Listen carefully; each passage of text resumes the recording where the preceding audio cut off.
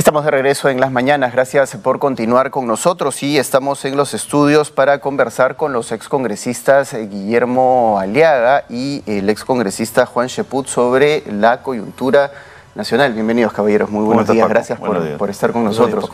Yo quería empezar el debate, la conversación, el intercambio de ideas con lo que fue motivo del comentario inicial del programa, esta caricatura que ha sido publicada ayer en el diario La República y que mereció una respuesta bastante airada, yo creo que destemplada por parte de la Policía Nacional, que incluso llega a amenazar la libertad de expresión. Pero lo cierto es que no podemos cerrar los ojos y a pesar de que hay buenos policías que respetan y aman el uniforme, hay malos elementos dentro de la policía que le están haciendo mucho daño y las cabezas de la policía parecen no darse cuenta de que ese es el problema. Sí. Guillermo, empezamos con... Bueno, antes que nada, nuevamente, buenos días con los presentes y con todas las personas que nos pueden seguir. Sí, efectivamente, lo que saca Carlín, a título de humor, como él siempre lo suele hacer, nos demuestra una realidad que es muy dura, ¿no? Estábamos viendo el día sábado, sobre todo en los dominicales, veíamos pues cómo hay operativos falsos que arma la policía, que inclusive la propia inspectoría comienza a revisar si es que los chalecos que se utilizan para hacer este operativo donde cierran un carro para que puedan bajar supuestamente 3 efectivos, y la propia policía trataba de desmentir diciendo que no eran efectivos policiales, y al final, después de una vasta investigación, se dan cuenta que sí, lamentablemente son efectivos policiales que en sus días que podía ser de franco o estando en actividad estaban delinquiendo, y de una manera horrible, asquerosa, por así decirlo. Pero bueno, lamentablemente pues estamos viendo que los propios problemas que tiene el Ministerio del Interior, la Comandancia General de la Policía, son los que nos tienen hoy en día en velo, ¿no? Estamos viendo que la agenda política del Ministerio del Interior y de la Policía está sobre si es que el ministro del Interior pasa a estar presente en la despedida del excomandante general de la policía o no, cuando a la población le importa poco o nada eso, realmente. A la población lo que le importa es que el propio policía te está asaltando. A la población lo que le importa es que en Patás acaban de asesinar a un empresario minero, que están habiendo secuestros. Y han habido atentados con dinamita y voladuras de torres, actos que lindan con el terrorismo. Por favor, eso es lo que a la población le importa. Patás, hoy en día, La Libertad es tierra de nadie. Trujillo es tierra de nadie. Acaban de cambiar de autoridad política a edil. Ojalá que el nuevo alcalde pues tenga una actitud más proba, conciliadora y que pueda trabajar con la policía, porque estábamos viendo que el alcalde de Trujillo estaba completamente divorciado de lo que viene a ser la jefatura de la región policial.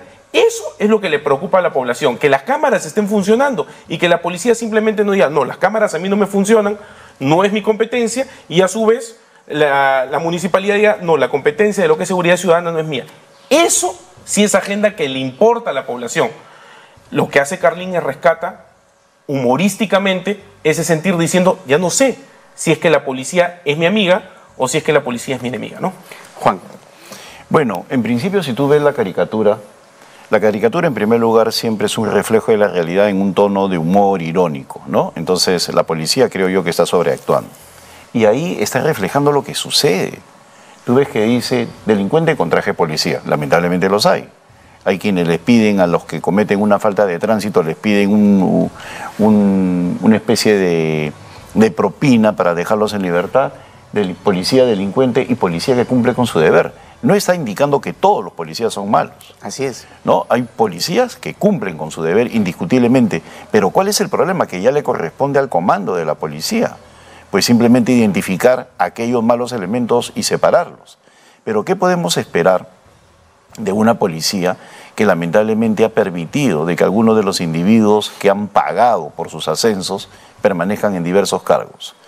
¿Qué podemos esperar de una policía que lamentablemente no procede a una reorganización real de su fuero, sabiendo de que existe este tipo de elementos?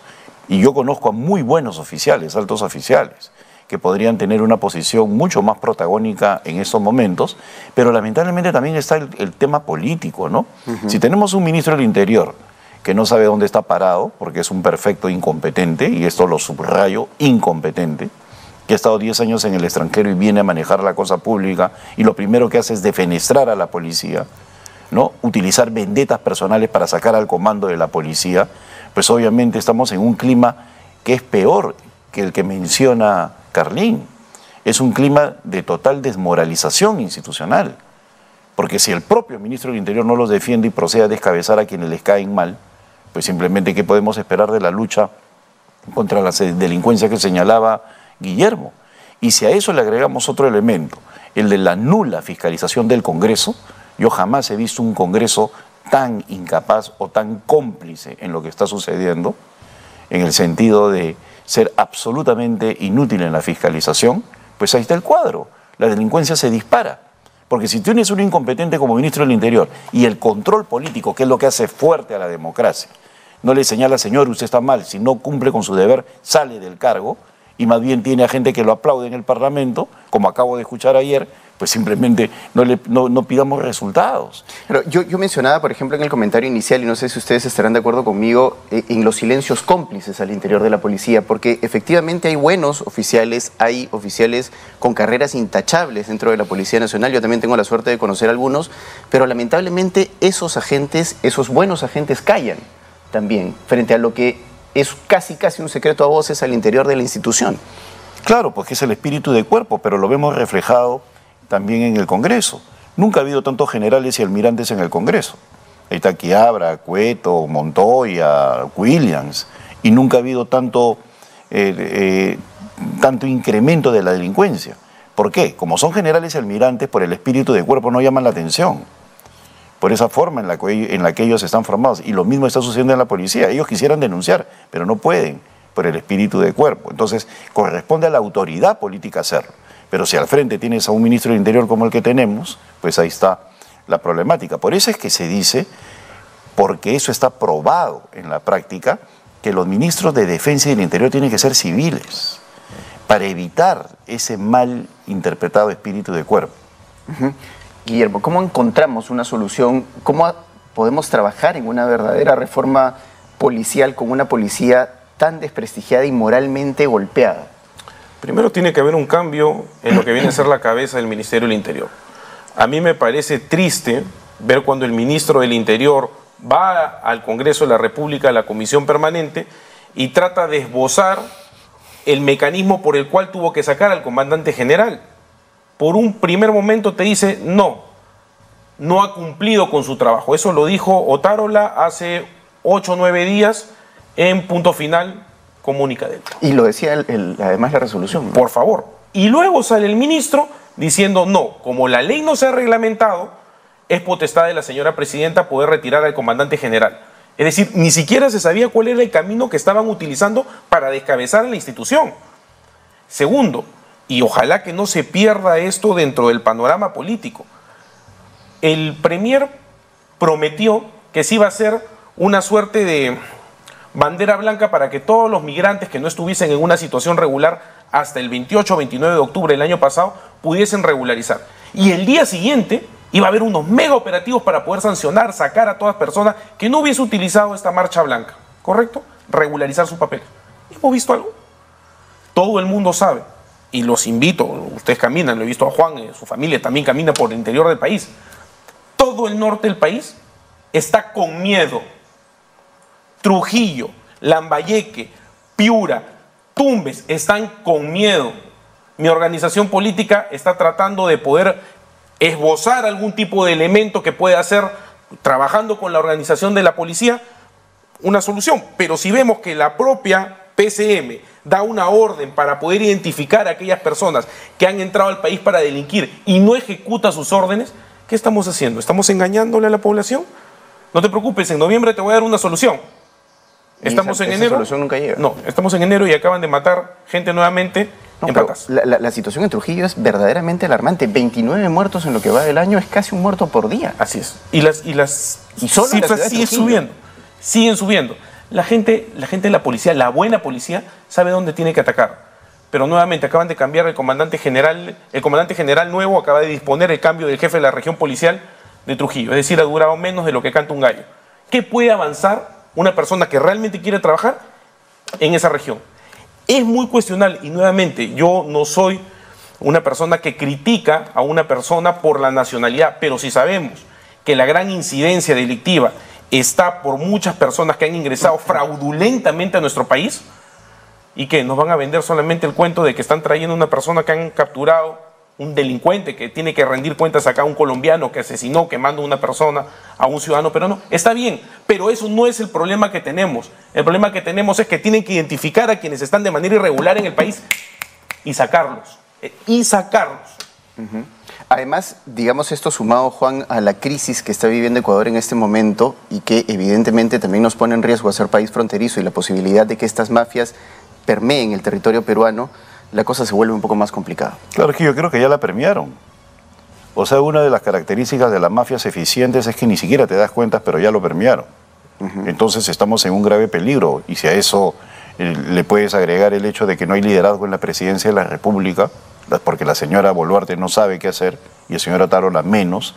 El señor Otárola, por si acaso, que tiene un tinte, ¿no?, de eficiencia política, es una cuestión que es solamente un espejismo, ¿no? Porque él puede aparecer como eficiente políticamente porque no tiene oposición.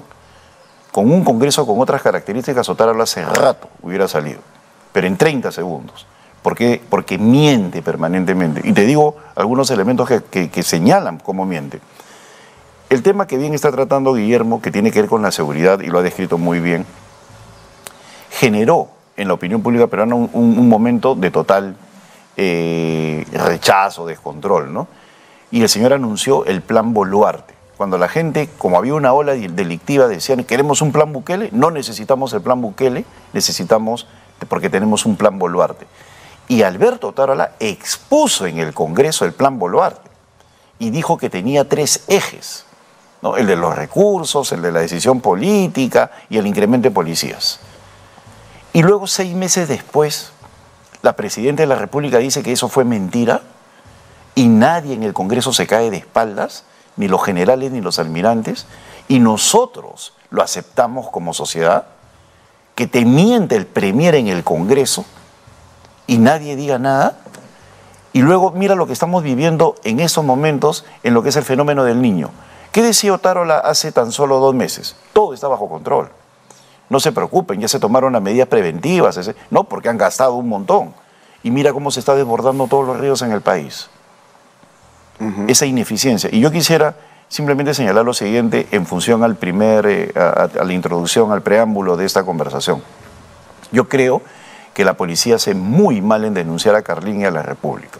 Y eso quiero dejarlo sentado como político. Si eso se permite, pues simplemente se le estaría haciendo un daño aún peor a la democracia. Pues lo que ha hecho Carlin no es ningún delito, y eso lo quiero subrayar. Así es. No es ningún delito. Un caricaturista, pues simplemente retrata la realidad. Y lo que debería hacer la policía más bien es agradecer esa llamada de atención que ya llegó a una caricatura y proceder a separar a los malos elementos. Pero no matar al mensajero o tratar de eliminarlo por la vía judicial, que es la peor de las vías y que puede significar un mensaje para cualquier persona que desee criticar a la policía. Así es, aquí lo que está en juego, y no es espíritu de cuerpo, es un derecho fundamental que tenemos todos los peruanos, que es el derecho a la libre opinión y a expresar nuestras ideas, aunque muy críticas sean y aunque ardan, porque eso es parte de la democracia. Hablemos de Alberto Otárola y Dina Boluarte y del Congreso de la República. 3 figuras que, según la última encuesta de opinión, tienen cifras de aprobación bajísimas. El Congreso tiene apenas 95% o 5% de aprobación. Los congresos no suelen ser populares. Ustedes han sido parte del legislativo y lo saben perfectamente bien. Pero tenemos un Congreso con 5% de aprobación, un Ejecutivo con 6% de aprobación y la gente harta de la situación, y un 66% de peruanos que piensan que estamos peor que hace 12 meses. ¿Cómo salimos de este entrampamiento, Juan? Creo que le toca a Guillermo. Muchas gracias. Bueno, el peruano, contrariamente a lo que muchas personas dicen, que no sabe votar, que no sabe ver la realidad política, que está más preocupado, porque eso es lo que dicen usualmente en pasos perdidos, ¿no? A la gente no le importa, la gente no sabe lo que ha votado. Eso es mentira. El peruano sí sabe. Y el peruano sabe, no necesariamente porque tiene que ver cifras macroeconómicas, que su bolsillo parece que tuviese un hueco. Sabe muy bien que cuando sale el ministro de Economía y dice estamos en recesión, no necesita saber cuánto es el PBI per cápita. Sabe inmediatamente que lo que va a ganar al final del mes no le va a alcanzar para su canasta básica.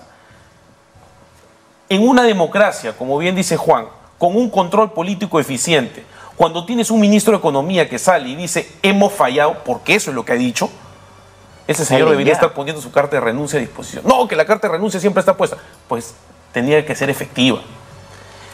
Tenemos una recesión económica que ya está golpeando al peruano. Tenemos una deuda que no está siendo pagada por todos aquellos actores que fueron beneficiarios de FAEMIPE, de Reactiva Perú. No olvidemos eso. Hubieron más de 60.000 millones de soles que se dieron tranquilamente en el gobierno del señor Vizcarra. La pregunta es, ¿ha salido el BCR o el Ministerio de Economía y Finanzas a decir, ok, te apoyamos cuando lo necesitaste? Correcto. ¿Dónde está la devolución? Son 60.000 millones de soles que deberían estar regresando de a pocos, con una tasa de interés bajísima a lo que viene a ser las arcas del Estado, que podrían ayudar a paliar situaciones como lo que viene a ser el fenómeno del Niño, que podrían estar ayudando a paliar lo que viene a ser la lucha contra la delincuencia. Y otro tema que es muy importante, la poca o casi nula eficiencia de lo que viene a ser ejecución presupuestaria en los niveles regionales es preocupante. Verdaderamente preocupante, Juan. Bueno, yo creo que el caso de Dina Boluarte y Alberto Otárola, Dina con 8% y Otárola menos, ¿no? En algunas encuestas, como la de Expreso, y en otros casos Dina con 9 y Otárola con 8. Es una cuestión que nos debe llamar profundamente la atención por el nivel de desfachatez que existe en ellos, que han señalado públicamente que no les importan las encuestas. Ellos no entienden lo que significa legitimidad. Legitimidad es credibilidad. Legitimidad es autoridad. Entonces, y a mí me lo decía Valentín Paniagua hace mucho tiempo, ¿no? Yo recuerdo en una conversación con Valentín que yo le decía, espero superar este bache de Alejandro Toledo que está en 10%, aunque podríamos aguantar un poco. Me decía, no te equivoques, Juan.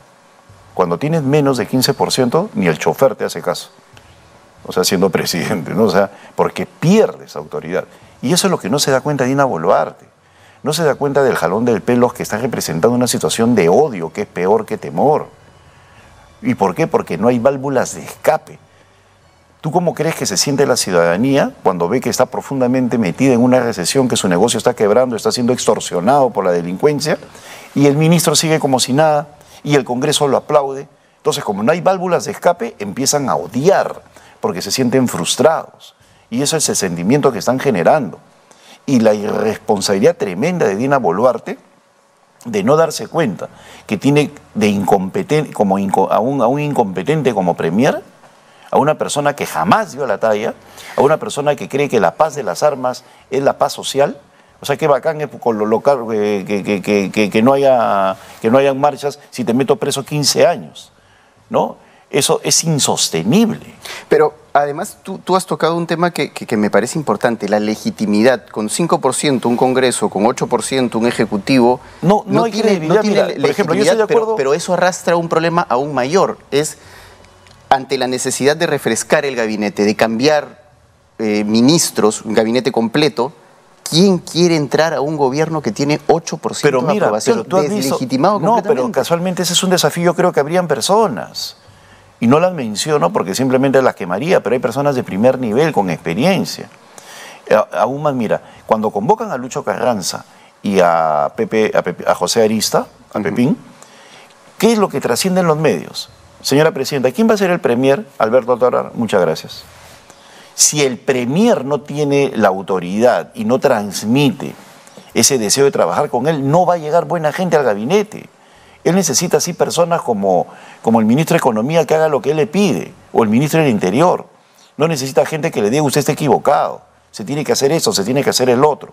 Él necesita la medianía y por eso es que nos hace daño. Pero peor aún, mira la dimensión política de Otárola, de la presidenta. Ellos hablan algo y salen polidatos, o en chiquitas, o en pataditas, o como se llame los trascendidos. Ni siquiera generan un titular. ¿Dónde se ha visto que el premier de la República dé, junto con el ministro de Economía, medidas económicas y salga en la página 9 de la República o en la 10 del Comercio? No, entonces no se dan cuenta que no tienen en esos momentos el peso político porque no tienen la legitimidad que le da la baja popularidad en las encuestas. Entonces, un cambio es urgente porque nada de lo que digan va a funcionar. Y lo mismo sucede en el Congreso.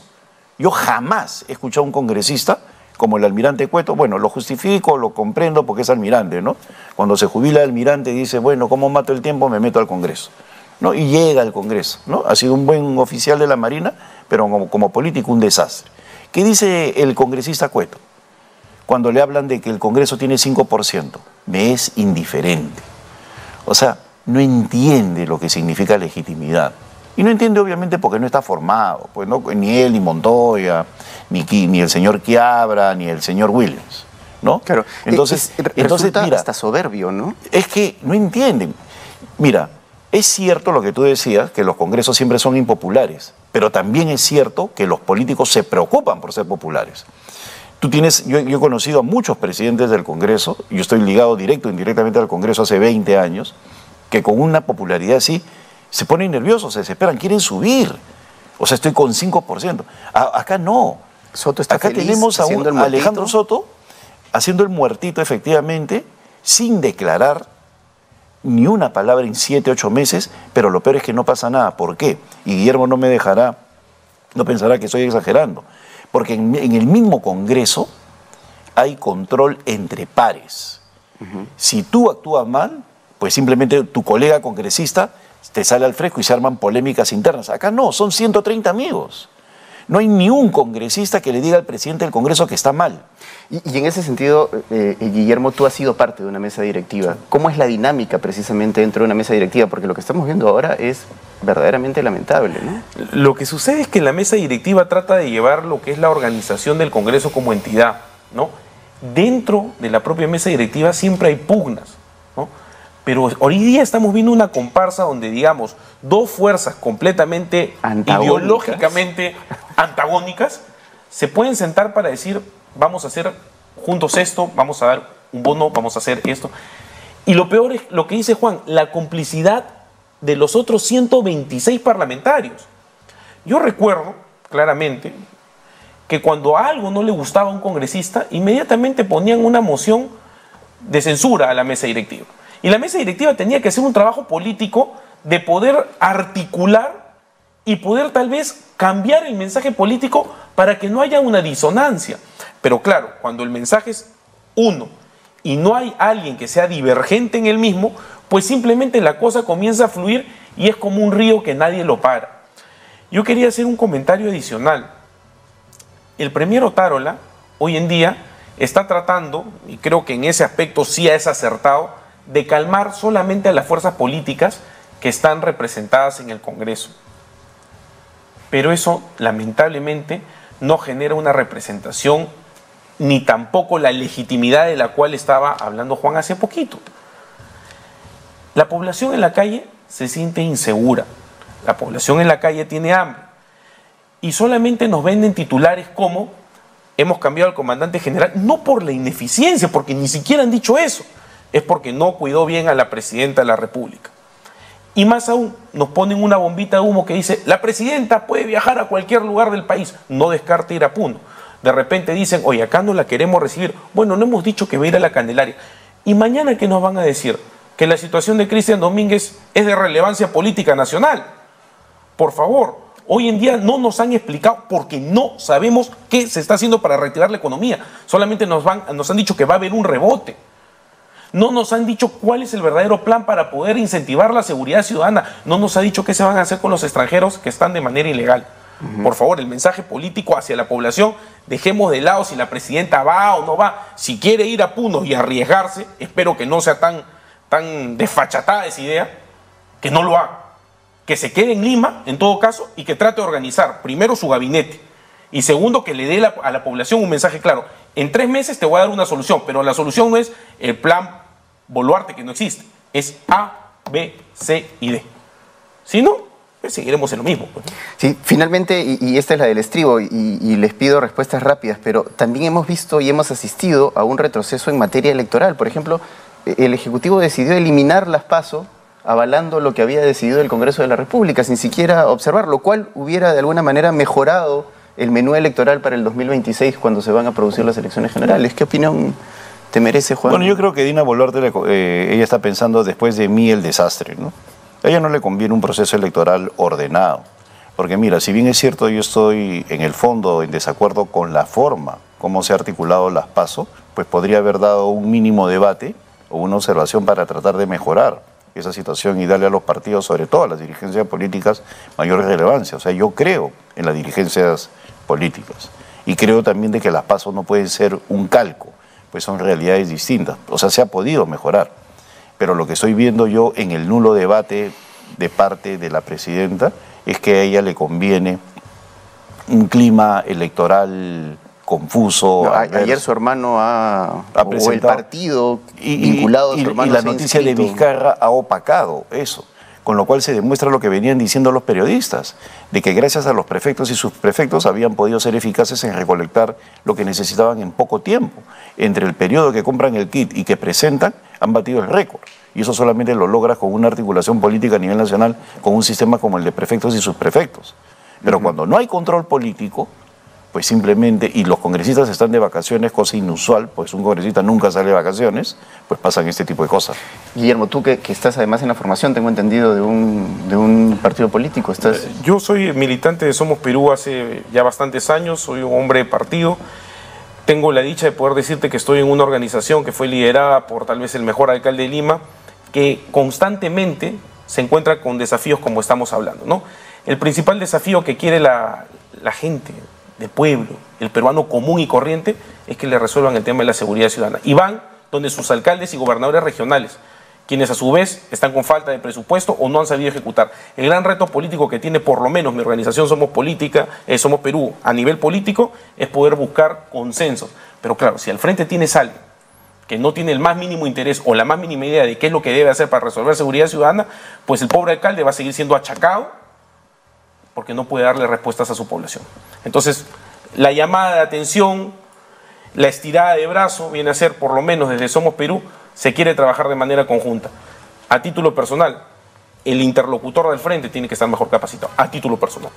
Muchas gracias a ambos por haber estado esta mañana con nosotros aquí en Las Mañanas. Juan Cheput, ex ministro y ex congresista de la República. Guillermo Aliaga, también ex congresista de la República, han estado con nosotros esta mañana debatiendo y analizando temas de la coyuntura.